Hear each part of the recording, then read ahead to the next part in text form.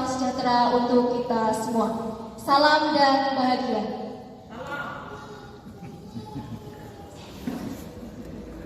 Bismillahirrahmanirrahim. Yang terhormat Kepala SMP Negeri 2 Adimulyo, yang kami hormati Wakil Kepala SMP 2 Adimulyo, yang kami hormati pula Pemda 8 Standar SMP 2 Adimulyo, dan yang kami banggakan Bapak Ibu Guru Pendidik dan Tenaga Kependidikan SMP 2 Adimulyo yang selalu berbahagia.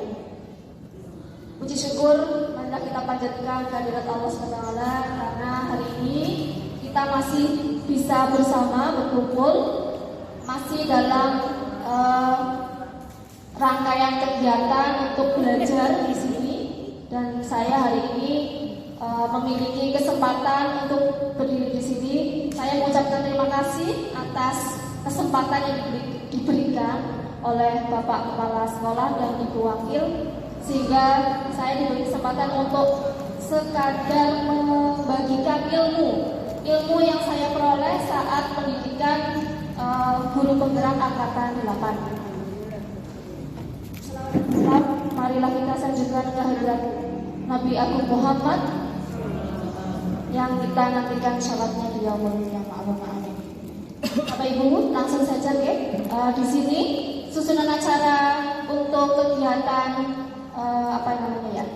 menyebarkan. Jadi dalam pendidikan guru penggerak itu ada tugas atau semacam diseminasi atau menyebarkan materi yang diperoleh oleh calon guru penggerak.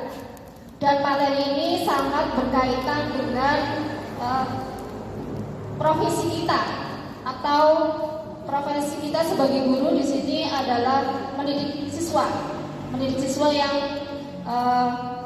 artinya seperti yang sudah disampaikan oleh Bapak Pengawas kita kemarin, bahwa kita adalah mendidik di sini sudah menjadi pilihan kita, menjadi pilihan hidup kita. Nah, di sini ada filosofi Ki Hajar Dewantara. Ya, langsung saja susunan acaranya sudah mukadimah. Yang kedua adalah pembukaan. Marilah kita buka sesi kali ini dengan membaca basmalah bersama-sama. Bismillahirrahmanirrahim.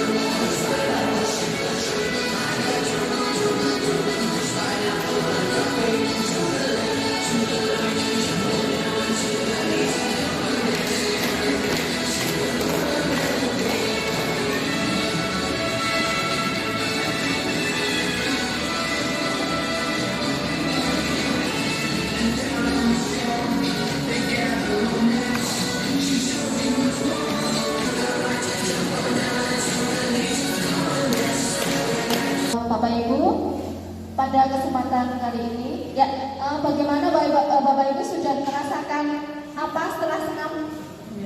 Saya Bu Susi. Bagaimana setelah senam? Mungkin yang punya anak saya Bu. Iya, itu sebetulnya senam otak Bapak Ibu. Jadi kanan kiri saya juga kadang-kadang salah. Jadi senam otak yang bisa kita gunakan untuk ICT. Nanti bisa juga kita gunakan di kelas dengan anak-anak supaya anak-anak otaknya on ketika pembelajaran. Perlu kita beri SBB dulu di awal pembelajaran. Dan tidak selalu menggunakan seperti ini, bisa dengan yang lainnya, bisa dengan SBB yang Bapak Ibu pasti sekarang sudah canggih mencari referensi di YouTube dan lain sebagainya. Baiklah Bapak Ibu, pada kesempatan kali ini izinkan kami menyampaikan sedikit ilmu yang semoga nanti bisa kita refleksikan, kita terapkan di sekolah kita yang tercinta ini. materi yang akan kami sampaikan adalah tentang budaya positif. Oke, seperti yang ditampilkan di depan, budaya positif, di sana ada gambar apa Bapak Ibu? Ya, ada gambar siswa yang sedang mencium tangan ibu gurunya. Ya, seperti inikah yang kita harapkan sesuai visi kita kemarin? Apakah seperti inikah yang kita harapkan dari siswa kita sesuai visi kita kemarin? Masih ingat visi kita Pak Bapak? Sedikit. Itu santun kali. Berakhlak mulia, religius, kemudian terampil, cerdas, santun dulu ya, santun cerdas, berjati diri, dan berwawasan Indonesia dan berwawasan lingkungan. Ya, tepuk tangan untuk Pak Bambang. Baca. Kesempatan untuk belajar secara daring melalui LMS. Nanti Bapak Ibu yang ingin mendaftar angkatan 10 dibuka pada tanggal 17 Juli. Monggo dibuka SIM PKB-nya dan bisa mendaftar. Bapak Ibu yang kami hormati, pada kesempatan kali ini materi yang akan kami sampaikan, di sini saya bukan orang yang merasa paling tahu, jadi hanya menyampaikan apa yang saya dapatkan dari pendidikan guru penggerak. Bukan berarti saya ini saya justru malah di sini yang ingin lebih banyak belajar dari para senior seperti Bu Hos yang sudah bertahun-tahun, Bu Hermina, Bu Susi dan yang lainnya. Jadi kami ingin belajar sebetulnya, tapi di sini saya merasa ingin memberikan ilmu baru yang mungkin tidak ada di pendidikan yang lain. Jadi mungkin Bapak Ibu sudah sangat, tapi di pendidikan guru penggerak ada materi yang tidak ada di tempat yang lain. Misalnya di PNM pun biasanya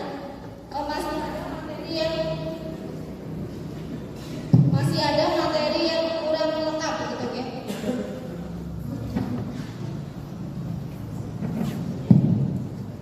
Cek ya. Materi yang pertama banyak sebetulnya, ini ada di modul 1.4 ya.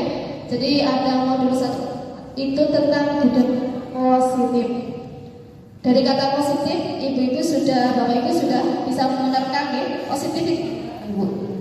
Positif itu apa? Positif itu lawannya negatif. Positif lawan dari negatif. Kalau positif berarti sesuatu yang baik ya.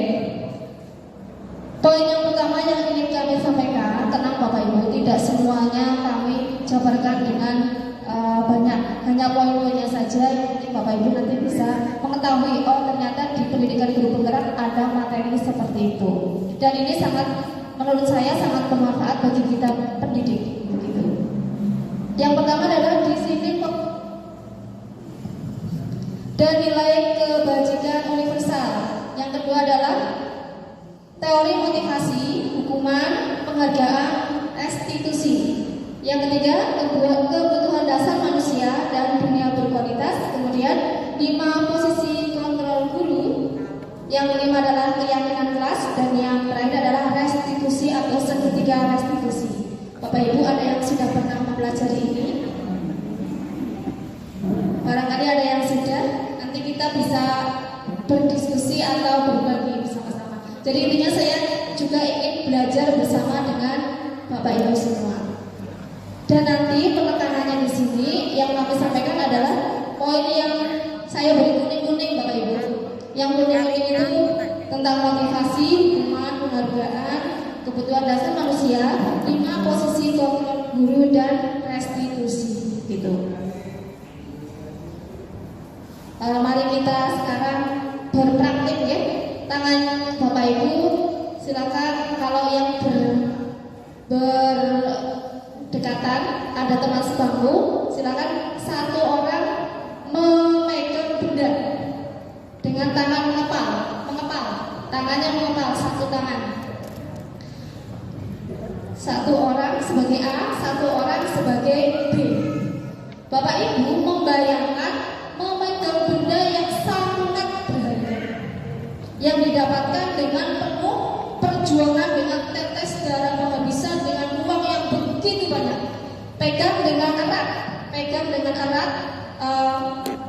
benda itu yang A memegang benda, kemudian yang B mencoba merebut, yang A merebut, tetap memegang. Itu barang Bapak Ibu yang sangat berharga. Tidak boleh, itu barang yang didapatkan dengan itu loh Bu, tetes darah penghabisan, nyawa taruhannya. Mau diminta oleh B, coba diperhatikan. Coba direbut, dimarahi boleh, dirayu boleh, dimarahi, silakan dimarahi. Tetap yang A tetap mempertahankan apa yang menjadi haknya. Boleh dimarahi, boleh diintimidasi, diancam boleh, silakan. Diancam boleh, atau boleh juga digoda pakai uang, silakan. Pakai uang digoda boleh. Iya. Ya. Ya. Kalau sudah bergantian, silakan bergantian. Yang tadi memegang tangan, sekarang gantian. Maka coba teman yang B berusaha membuka. Boleh diancam, boleh dimarahi, boleh diberi uang. Iya. Oke. Intinya seperti itu Ibu. Ya. Bagaimana pengalaman Bapak Ibu? Bagaimana pengalamannya? Apakah akan dibuka tangannya walaupun diberi uang, walaupun diintimidasi, walaupun dihardik atau ketak-ketak ya? Sini. Tentunya kita sendiri kalau benda itu adalah benda yang sangat berharga untuk kita, pasti tidak boleh. Karena apa? Kita punya apa di sini? Ya, kita misalnya benda itu adalah apa ya? Ya, emas kita cari, kita itu benda itu saya dapatkan dengan penuh perjuangan. Tidak boleh diambil oleh orang lain, sekalipun saya disogok, sekalipun dimarahi atau diintimidasi. Intimidasi apa Bu? Diancam. Awas gue melawan. Jadi itu apa namanya? Pengalaman kita menggenggam tangan. Apa kaitannya dengan materi budaya positif? Nah, ternyata kita sendiri yang memegang kontrol atas kepala tangan kita, mau dibuka atau ditutup. Walaupun kita sudah dihardik, sudah ibaratnya sudah disogok berapapun, itu pilih saya, tidak boleh diambil. Misalnya anak misalnya, kalau anak itu kan mau diambil orang, apakah boleh Bapak Ibu? Putranya Bapak Ibu mau diambil orang, pasti tangan kita akan menggenggam, itu anak saya. Jadi intinya teori kontrol itu bergantung pada diri kita masing-masing sesuai dengan kebutuhan dasar kita saat itu. Jadi ini yang namanya dengan teori kontrol. Nah, seseorang bisa berubah dari paradigma stimulus respon kepada pendekatan teori kontrol. Ini yang disampaikan oleh Stephen M. Covey.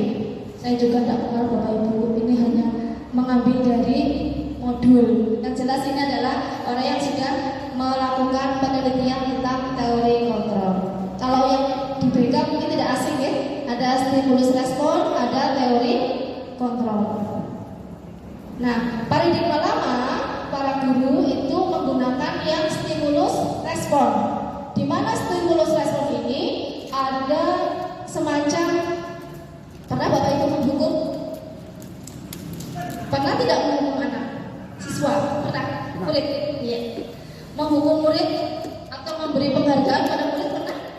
Nah, itu sudah masuk dalam teori stimulus respon. Nah, kaitannya dengan materi ini dalam pendidikan guru penggerak di modul 1.1 itu kita yang diplek-plek itu tentang filosofi Ki Hajar Dewantara. Siapa itu Bapak Ibu? Pintar Bu Hos. Tepuk tangan untuk Bu Hos. Jadi filosofi KHD itu selalu ditekankan di mana guru itu memang tugasnya adalah bukan membuat orang jadi pintar, tapi hanya menuntun. Orang, kalau Bapak Ibu pernah menuntun tidak? Pernah menuntun? Kalau orang menuntun itu yang dituntun mengikuti kecepatan orang yang menuntun atau sebaliknya. Misalnya nuntun cucu gitu sih. Kalau nuntun cucu itu, kalau kita cepat-cepat, cucunya bagaimana rasanya gitu? Misalnya nuntun anak yang 1,5 tahun sudah bisa jalan, dituntun. Kitanya terlalu cepat, bagaimana perasaan anaknya? Nyaman atau tidak? Ya, tentu tidak nyaman karena merasa, oh cepat banget sih, saya kan jalannya baru tertati-tati kok sudah tuntun sedemikian cepatnya. Seperti itu juga dengan anak didik kita atau murid kita.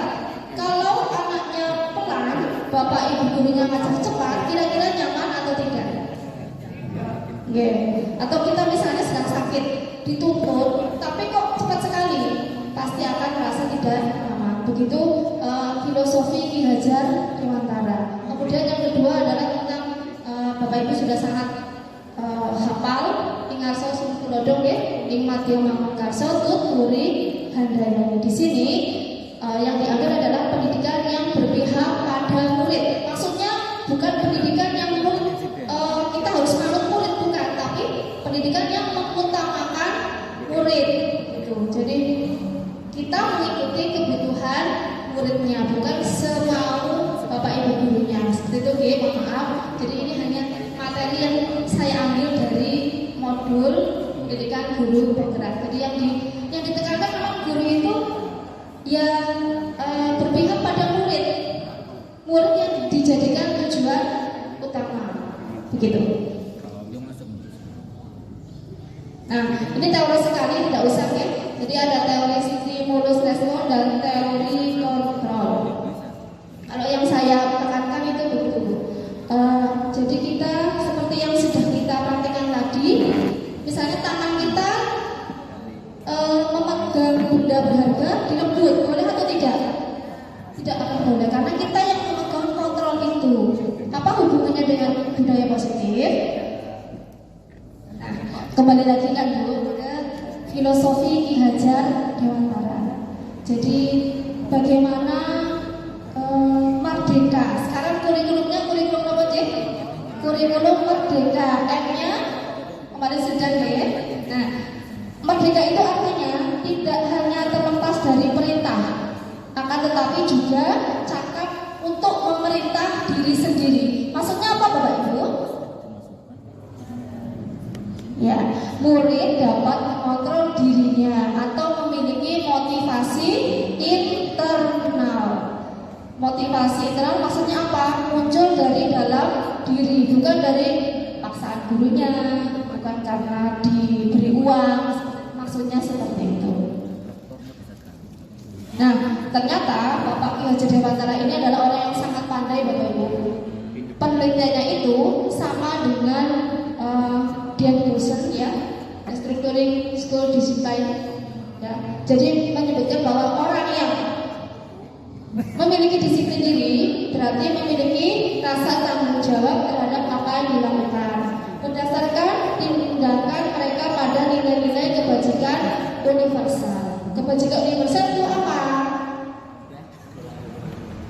Nah, kata disiplin sendiri, kalau Bapak Ibu pasti sudah sangat ini ya, kalau di sekolah disiplin. Jadi murid itu belajar Pancasila, beriman dan bertakwa pada Tuhan Yang Esa dan berakhlak mulia, berkebinekaan global, gotong royong mandiri, kreatif dan bernalar kritis. Tangan kita semua. Kalau saya menghafalkan tidak bisa Bu, jadi saya harus nyanyi. Besok kalau P5 kita sering nyanyi ya. Nah, selain P5 atau profil pelajar Pancasila, ada nilai-nilai positif, ada nilai-nilai yang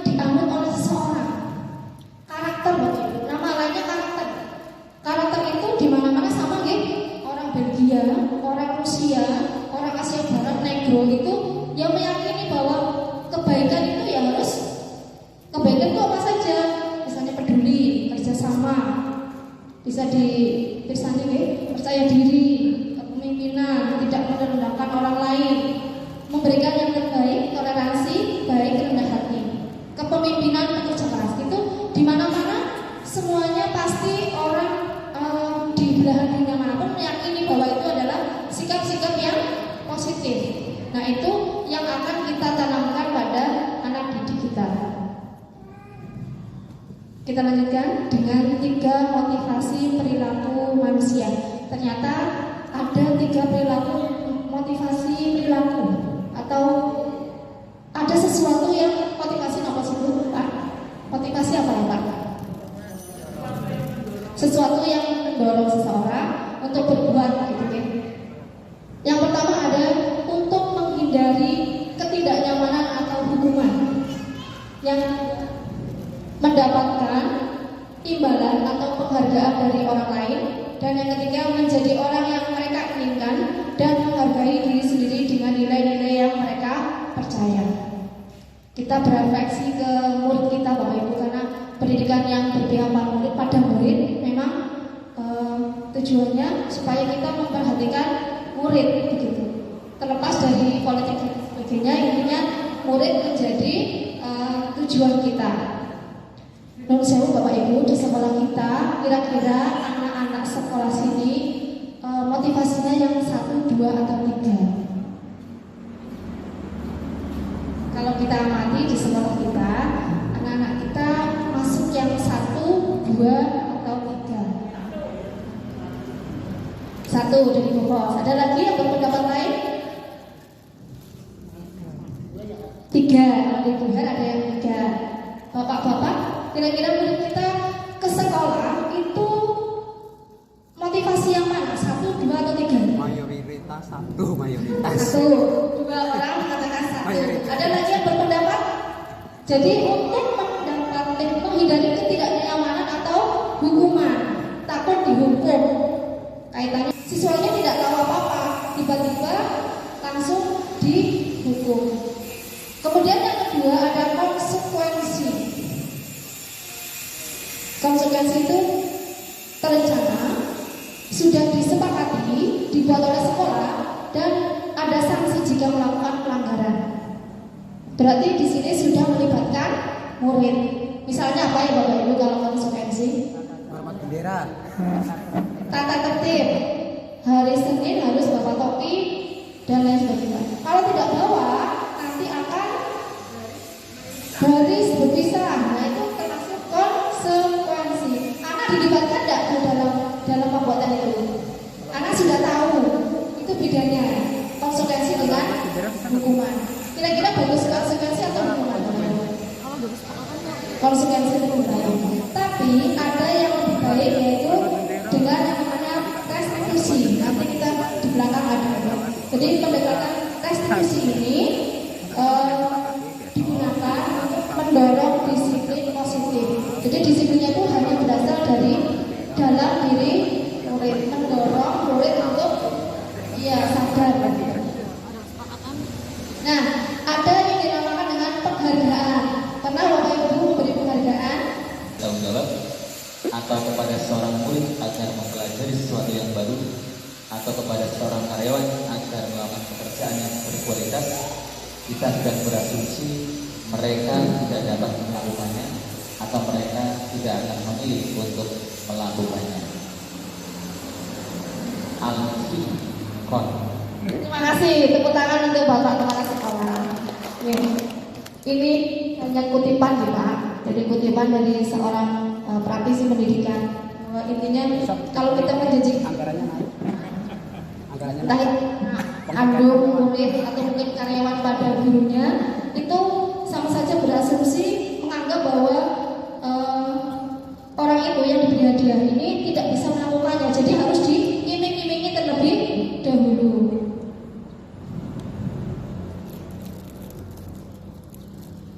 Nah, ternyata penghargaan ini memiliki efek. Terlihat bagus mungkin ya Bu kalau penghargaan ya. Tapi ternyata ada akibat dari penghargaan. Yang pertama, pengaruh jangka pendek dan jangka panjang. Nah, barangkali misalnya begini, diberi hadiah, tapi hanya untuk saat itu. Besok kalau tidak diberi hadiah ya tidak akan mau seperti itu. Jadi tergantung, ketergantungan. Yang kedua, penghargaan efektif. Yang ketiga, penghargaan merusak hubungan. Nah, merusak hubungan maksudnya bagaimana? Di sini kadang-kadang ada anak yang diberi hadiah, yang lainnya merasa bagaimana Bapak Ibu? Iri, yeah. Jadi saya jadi sebel sama ini karena dia diberi hadiah, kok saya tidak diberi hadiah. Mungkin karyawan juga seperti itu, gitu. Nggak jadi bukan anggaran lah.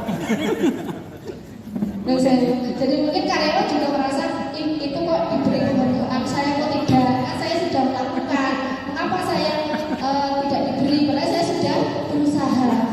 Jadi ada efek merusak hubungan antar manusia. Jadi saya iri sama si A, dia diberi penghargaan kok saya tidak. Jadi kan sengit-sengitan gitu. Mungkin sensi itu. Ya, penghargaan mengurangi ketepatan dan kualitas. Selanjutnya penghargaan itu bersifat menghukum. Contohnya ranking, Bapak Ibu. Jadi kalau kurikulum merdeka kan diusahakan tidak memberikan ranking, karena ranking itu begini. Ada anak yang misalnya ranking 1, kemudian dia besoknya tidak ranking 1, pasti akan merasa dihukum. Ranking kan termasuk penghargaan, ya. Peringkat itu penghargaan. Jadi merasa, waduh, kok saya tidak ranking 1, saya merasa dihukum. Jadi penghargaan itu ternyata bersifat menghukum. Dan nah ini berkaitan dengan motivasi dari dalam diri penghargaan itu ternyata kurang memberikan motivasi dari dalam diri. Kalau diberi hadiah, diberi iming-iming, itu motivasinya menjadi berkurang. Jadi intinya kita diminta untuk mengurangi, bukan meniadakan Bapak Ibu, tapi mengurangi atau mengikis yang dinamakan dengan penghargaan atau reward. Begitu. Bisa kita lanjutkan atau ada pertanyaan, Pak? Oke. Di sini ternyata kita refleksi ke diri kita masing-masing, kita juga manusia. Kebutuhan dasar manusia itu ada 5. Yang pertama kebutuhan bertahan hidup atau survival. Kebutuhan bertahan hidup misalnya apa Bapak Ibu? Makan, minum. Kalau tidak makan kita bisa hidup tidak Bapak Ibu? Oke. Kemudian kasih sayang. Bagaimana cara memenuhi kebutuhan yang pertama dulu? Kebutuhan bertahan hidup kita bagaimana caranya? Ya dengan makan, minum dan lain sebagainya. Kemudian yang kedua, kebutuhan kasih sayang dan rasa diterima. Siswa kita membutuhkan kasih sayang dan rasa diterima. Kalau kita sendiri, bagaimana cara memenuhi kebutuhan kasih sayang? Menyayangi, nanti kan sayang. Bagaimana cara kita memenuhi kebutuhan kasih sayang? 5 kebutuhan ini harus dipenuhi oleh manusia. Jika ada satu yang tidak dipenuhi, maka ya akan terjadi sesuatu yang agak memiliki pilihan-pilihan. Orang misalnya kalau diberi warna biru terus, kira-kira bagaimana Bapak Ibu? Bosan, pasti akan ingin warna yang lain. Selanjutnya kebutuhan kesenangan. Nah, murid kita kira-kira di sekolah ini sudah terpenuhi belum kebutuhan kesenangannya? Kesenangan misalnya apa Pak? Bu, kesenangan. Pulang gasik. Oke. Nanti kalau kemarin instruktur saya bertanya, pembelajaran yang menyenangkan atau pembelajaran bersenang-senang? Kalau bersenang-senang tidak akan dapat ya ilmunya, atau pembelajaran yang menyenangkan, ya itu PR buat saya. Nah, 5 kebutuhan yang harus dipenuhi oleh manusia, murid termasuk manusia. Mari kita identifikasi sebuah kasus. Dinda, seorang anak kelas 3 SD, begitu tiba di rumah sepulang dari sekolah, menangis dan mengadu pada ibunya bahwa dia benci pada Ibu Rani, gurunya. Jadi siswanya bernama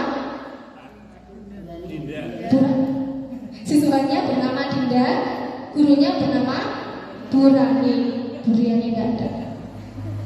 Menurut Anda, apa kebutuhan apa yang berusaha dipenuhi oleh Dinda jika jawabannya seperti ini? Kasih sayang. Kelihatan nih Pak. Kalau jawabannya Ibu guru bilang aku tidak boleh bersenandung sewaktu mengerjakan tugas. Katanya kelas harus tenang, tidak ada suara, kan nggak seru jadinya. Berarti membutuhkan kesenangan. Kalau di kelas nggak boleh berisik, berarti si Dinda ini senang. Kalau ya saya harus berisik boleh nggak Bu? Masa harus diam terus? Kalau jawabannya begini, Ibu guru tidak menyapaku hari ini, padahal aku kan pakai jepit rambut baru. Berarti kebutuhan apa? Kasih sayang, pakai jepit tapi tidak ditengok. Nah, di sini kan berarti dia ingin, nah ya ada kasih sayang dan rasa diterima seperti itu. Kalau dia itu ya, ya, dia suka ngadu enggak? Kalau jawaban Dinda seperti ini, aku bosan, masa belajarnya cuma gitu-gitu aja, dengerin ibu guru aja. Berarti kebutuhan apa yang perlu dipenuhi? Kebebasan. Ya, berarti Dinda ingin memilih bagaimana, tidak hanya mendengarkan gurunya. Kalau jawaban Dinda seperti ini, aku sebel, gambarku tidak rapi, malah bu guru nunjukin ke teman-temanku di depan kelas, misalnya gambarnya enak, dipamerkan ke depan teman-temannya. Berarti di situ ada kebutuhan tentang penguasaan. Diakui bahwa gambarnya ya sejelek apapun gambar itu berarti ya hasil karya anak tersebut. Berarti anak tersebut membutuhkan kebutuhan penguasaan. Masuk. Kalau misalnya kita sebagai guru, kalau anak kita membutuhkan sebagai guru Dinda, apa yang kita lakukan untuk memenuhi kebutuhan Dinda akan rasa senang? Dia di pelajaran katanya kelasnya harus tenang, mengerjakan tugas. Dinda merasa itu tidak seru. Apa yang kita lakukan sebagai guru kalau untuk memenuhi kebutuhannya Dinda? Saya ingin jawabannya, coba. Apa Bang? Bagaimana kita memenuhi kebutuhan Dinda akan rasa senang? Ya andai kata teman-temannya itu dengan bernyanyi. Tapi kalau misalkan kok dengan senandung seperti itu teman yang lainnya kok merasa terganggu karena kita itu posisinya harus semuanya terpenuhi semua. Kalau misalkan seperti itu tidak senang temannya misalkan terganggu kan berarti temannya nggak terpenuhi kesenangannya, otomatis dia carikan tempat yang lain yang kira-kira tugas dapat terselesaikan sih. Buat Dindanya ya seneng, ini anak-anak juga seneng terselesaikan semuanya gitu kan. Iya, tepuk tangan untuk Pak Bambang. Solutif berarti bisa dipraktikkan sambil bernyanyi ya Pak. Karena mungkin ini kasusnya Dinda kan kelas 3 SD. Tentu kita sesuaikan dengan murid kita yang kelas 7. Nggak mungkin kan kelas 7 nyanyinya bawa 5. Mungkin divariasikan dengan lagu yang lain. Jadi intinya sebutan apa gitu. Kemudian nada suaranya tinggi, ya sambil menggentak, menunjuk-nunjuk atau mungkin sambil berkaca pinggang gitu ya. Ini masuk tipe penghukum. Jadi sekolah-sekolah juga memerlukan sistem atau alat untuk bisa menekan muridnya. Ini tipe yang penghukum. Kemudian tipe yang kedua, andaikan kita dibegitukan atau kita diperlakukan seperti ini, terlambat lagi, pasti terlambat lagi, selalu terlambat. Kapan bisa datang tepat waktu? Itu kan bagaimana perasaan murid saat seperti itu kan, diperlakukan seperti itu. Nah, ternyata hasilnya seperti ini. Kemungkinan murid marah dan mendendam atau bersifat agresif. Agresif itu apa? Ya, memberontak mungkin. Bisa jadi sih sudah kembali duduk, ya memang setelah dimarahi, dia duduk, kemudian dia akan coret-coret bukunya. Ini sebel, misalnya bukunya dicoret-coret karena saya tadi dihabis hukum guru. Kemudian bisa mencoret buku,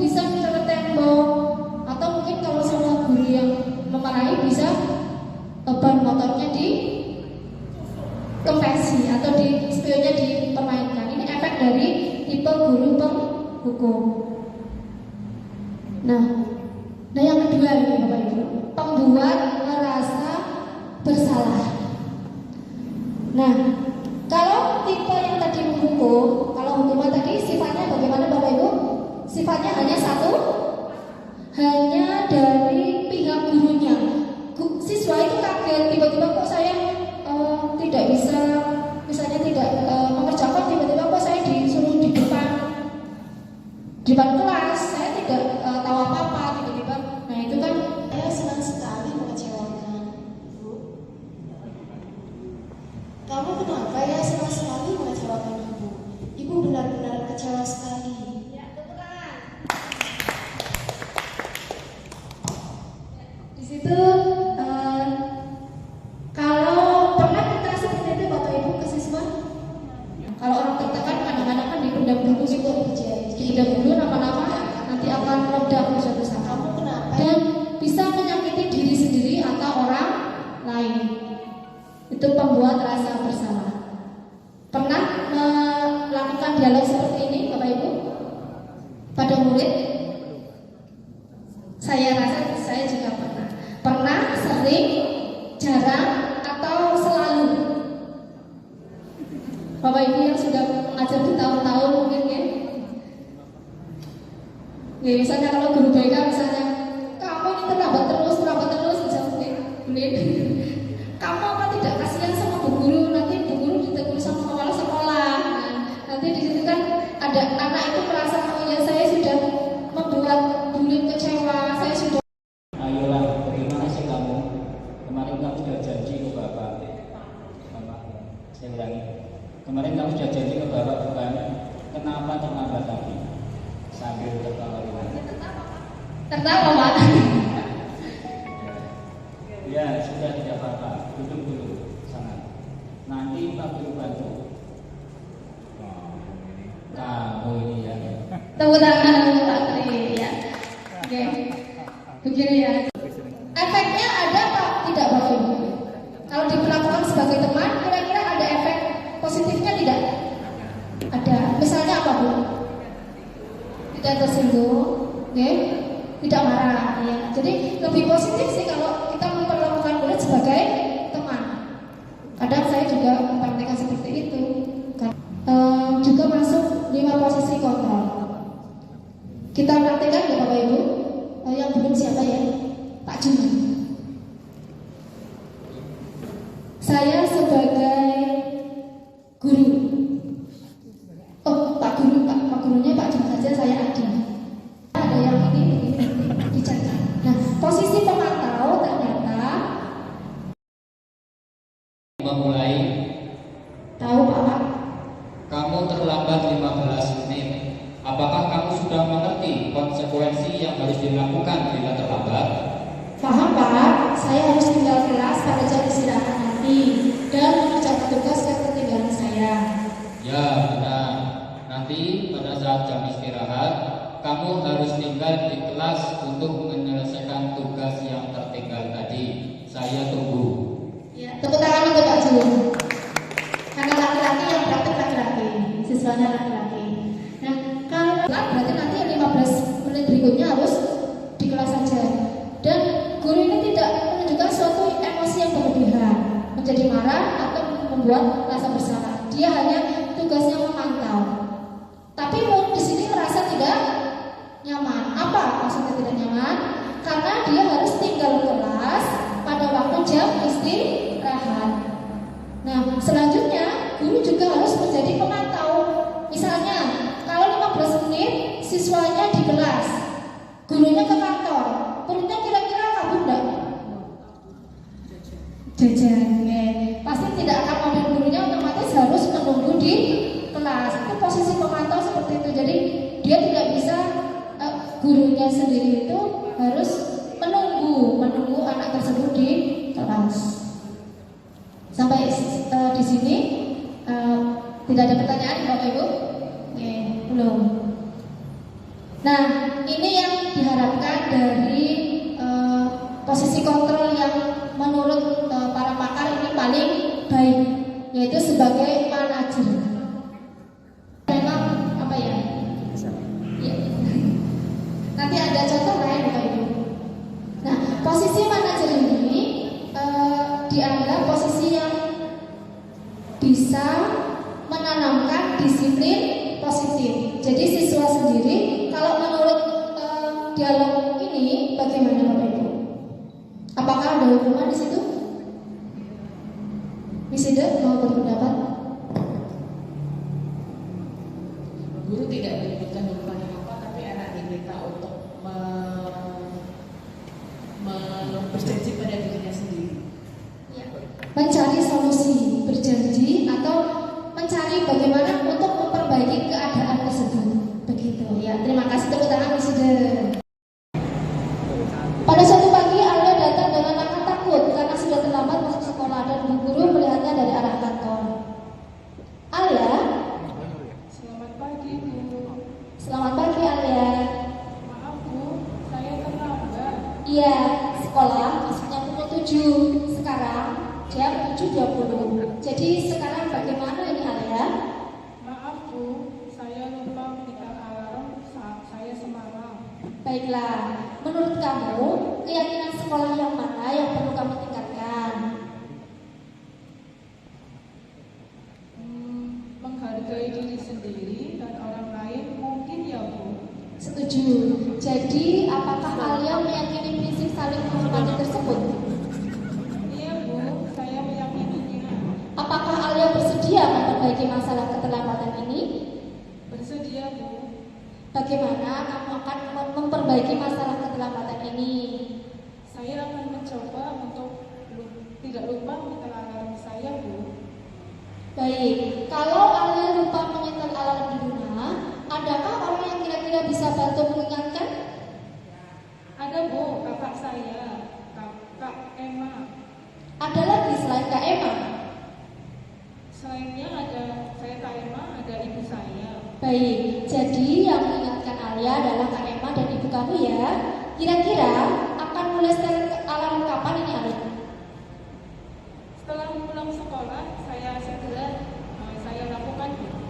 Baik, jadi Alia akan setel alarm untuk bangun besok pagi dan akan diingatkan oleh kakak dan ibu Alia ya. Ada lagi yang perlu kamu lakukan Alia agar tidak terlambat bangun lagi? Tidak ada Bu. Baik, terima kasih untuk kerjasama kamu ya. Sekarang kamu bisa kembali ke kelas untuk belajar. Baik Bu, terima kasih. Ya, tepuk tangan untuk Bu Fian. Jadi 5 posisi kontrol guru. Yang pertama Pak? Kelalaian dewa. Kenapa Pak? Yang pertama adalah penghukum. Yang kedua pembuat rasa bersalah. Yang ketiga teman. Ya. Terus selanjutnya pemantau. Dan yang lain adalah manajer. Oke, kalau bahasa Indonesia harus sesuai gitu. Manajer. Manajer bacanya dan membaca dan tulisannya sama nih Pak Tri. Manajer. Nah, kira-kira kita sudah melakukan yang mana Bapak Ibu? Sebagai teman, sebagai pemantau, pembuat rasa bersalah, atau sudah menjadi manajer? Ada yang pernah berpengalaman sebagai manajer? Nah, pada posisi manajer inilah yang disebut dengan pendekatan restitusi atau pendekatan yang mengajak anak untuk memperbaiki diri sendiri. Jadi bukan berasal dari hukuman atau dari penghargaan seperti itu. Jadi intinya ini tadi Bapak Ibu. Jadi guru akan mengembalikan tanggung jawab pada murid untuk mencari jalan keluar permasalahannya. Tentunya dengan bimbingan Bapak Ibu gurunya. Nah, dalam ini sini saja nih. Besok insya Allah saya ada tugas praktik seperti ini. Belum saya coba dan menjadi tugas membuat keyakinan kelas. Ya, bismillah semoga besok bisa terlaksana. Keyakinan kelas ini bisa juga menjadi keyakinan sekolah. Bisa keyakinan kelas, bisa keyakinan sekolah. Kalau sekolah berarti nanti semua Bapak Ibu guru, bisa wali murid juga membuat keyakinan atau kesepakatan kelas. Bedanya apa dengan peraturan? Keyakinan kelas bedanya apa dengan peraturan? Kalau peraturan itu yang membuat hanya satu pihak, sedangkan keyakinan atau kesepakatan itu ada dua pihak, baik guru maupun murid. Jadi murid itu perlu memahami peraturan, kemudian intinya tahu buat peraturan itu untuk apa. Nah, dia membuat peraturan itu sendiri bersama-sama dengan gurunya. Nah, kalau menurut materi seperti ini, jadi keyakinan itu bersifat abstrak daripada peraturan yang lebih rinci atau konkret. Kalau peraturan misalnya apa, Bu Lela? Kalau peraturan misalnya hari Senin wajib mengikuti upacara. Nah, kalau keyakinan kelas lebih abstrak. Kemudian keyakinan kelas berupa pernyataan universal. Misalnya tadi menghargai orang lain, tanggung jawab. Nah, pernyataan keyakinan kelas senantiasa dibuat dalam bentuk positif. Jadi pilihan katanya berbeda dengan peraturan. Keyakinan kelas sebenarnya tidak terlalu banyak sehingga mudah diingat oleh semua warga kelas atau warga sekolah.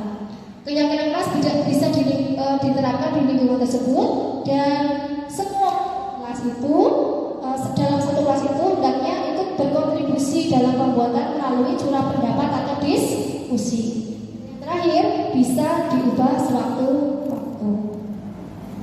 Nah, misalnya kembalikan barang ke tempatnya. Nah, ini caranya seperti ini. Kembalikan barang ke tempatnya. Berarti nilai kebajikan apa yang dituju? Jadi langkah yang pertama, kita mendata nilai-nilai kebajikan atau karakter, Bapak Ibu, namanya karakter itu yang akan kita tonjolkan di kelas itu apa? Misalnya tadi menghargai waktu dan orang lain, kemudian tanggung jawab. Kalau kembalikan barang ke tempatnya, kira-kira nilai kebajikannya apa? Tanggung jawab. Oke. Jadi diganti dengan yang lebih abstrak. Kalau yang kiri kan peraturan, ya. Kalau kiri peraturan. Kemudian kesadarannya sendiri. Kita tuntun supaya anak tersebut bisa menemukan solusi atas masalahnya. Seperti itu, Bapak. Jadi anak dituntun untuk menemukan solusi sendiri. Misalnya tadi dalam dialog yang tadi, contohnya si bapak gurunya ini hanya menuntun bagaimana supaya kamu tidak terlambat. Bagaimana supaya tidak terlambat? Dituntun pelan-pelan. Berarti nanti saya harus menyetel alarm. Kapan mulainya? Kita kan menuntun pelan-pelan. Begitu bisa diganti. Jadi kalau pengertiannya ini sebetulnya banyak, Pak. Dari kalau di modul itu ada pengertian dari teori oleh ini, tapi kalau diambil kesimpulan ini pendekatan untuk menuju disiplin yang positif. Jadi kalau yang mudah ini dari kasus ini, ya. Jadi gurunya ini Nah, untuk keyakinan kelas itu nanti bisa dimusyawarahkan dengan anggota kelas tersebut dan juga wali kelasnya. Contohnya untuk mengelola kelas tersebut, misalnya masalah kebersihan, masalah kerapian, masalah tata tertib di ruang kelas tersebut. Itu yang nanti yang harus dibahas bersama antara anggota kelas dan wali kelas, nanti biar memahami tentang bagaimana tata cara pengelolaan kelas tersebut. Contoh misalnya untuk kebersihan kelas, ya silakan nanti semua anggota kelas harus menyadari secara gotong royong dan sebagainya. Nanti kayak pelajaran Pancasila ya, itu nanti bisa diterapkan. Tapi kalau apabila ada salah satu yang tidak mau, misalnya untuk menjaga kebersihan kelas, nah itu nanti ya perlu diingatkan. Jadi nanti untuk kegiatan kelas ya masing-masing kelas juga berbeda, Bu. Jadi silakan nanti kalau sudah tumbuh dari keyakinan kelas masing-masing itu lebih baik. Nah nanti kalau sudah semuanya bersatu semuanya, nanti kalau sudah secara keseluruhan tinggal keyakinan sekolah. Jadi nanti diawali dulu dari keyakinan sekolah masing-masing. Terima kasih. dikumpulkan. Nah, begitu. Mana-mana saja yang sekiranya dari sekian banyak kegiatan kelas dari masing-masing kelas itu yang bisa dijadikan sebagai sekolah. Nah, itu baru nanti setelah dipilih sekian oleh Bapak Ibu guru, nanti ditawarkan kepada orang tua wali. Mana saja yang sekiranya bisa dipilih. Perasaannya bagaimana siswa? Pasti siswa satu dengan yang lain akan berbeda. Nah, kalau Bapak Ibu perasaannya bagaimana saat setelah kegiatan ini? Merasa khususnya untuk murid untuk pembelajaran.